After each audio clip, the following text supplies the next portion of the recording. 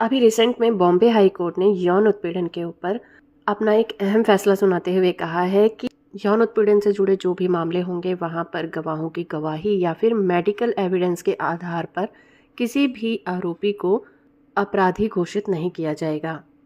इस केस में जो आरोपी है उसकी एज 51 साल है और उसके ऊपर आईपीसी के सेक्शन 376 AB और पॉक्सो एक्ट के सेक्शन 6 और 10 के तहत मामले दर्ज किए गए थे और इस केस की सुनवाई जस्टिस G.A. सनप की बेंच कर रही थी। ट्रायल कोर्ट ने इस व्यक्ति को 20 साल का कठोर कारावास की सजा सुनाई थी। इसी सजा के खिलाफ हाई कोर्ट में अपील की गई थी। यहाँ पर जो विक्टिम है वो 10 साल की एक बच्ची है जो कि घटना के समय अपने मामा से मिलने गई थी और अपीलकर्ता उनके यहाँ किराए पर रहता था। बच्चे की माँ के द्वारा ये कंप्लेन दर्ज कराई गई थी। उनका कहना था कि बच्ची को गेहूं का आटा देने के बहाने उसे घर में बुलाया गया और उसके साथ मारपीट भी की गई। मुकदमे के दौरान बच्चे की मां और मौसी अपनी गवाही से मुकर गए थे।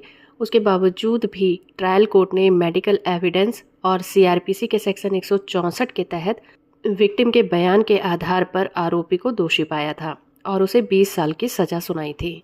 लेकिन जब इस फैसले के खिलाफ हाई कोर्ट में अपील की गई तो 18 नवंबर 2024 को ये जो फैसला आया था उसे जस्टिस G.A. सनप ने खारिज कर दिया और आरोपी को बरी कर दिया।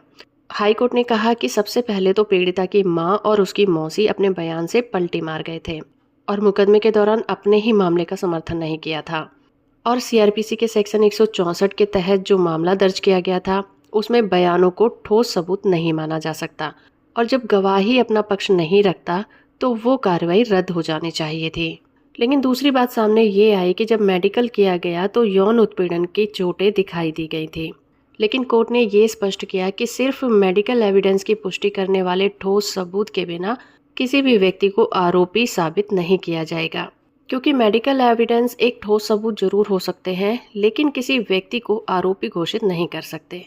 तीसरी बात यह कि इस मामले में जो विक्टिम है उसकी एज 10 साल थी और उसके साथ जब ये घटना हुई तो उसके लिए कोई आई विटनेस नहीं था। इसलिए हाई कोर्ट ने आरोपी को आईपीसी के सेक्शन 376 AB और पॉक्सो एक्ट के सेक्शन 6 और 10 के साथ सभी आरोपों से बरी कर दिया और ये आदेश दिया कि उस आरोपी को इसी वक्त रिहा कर दिया जाए।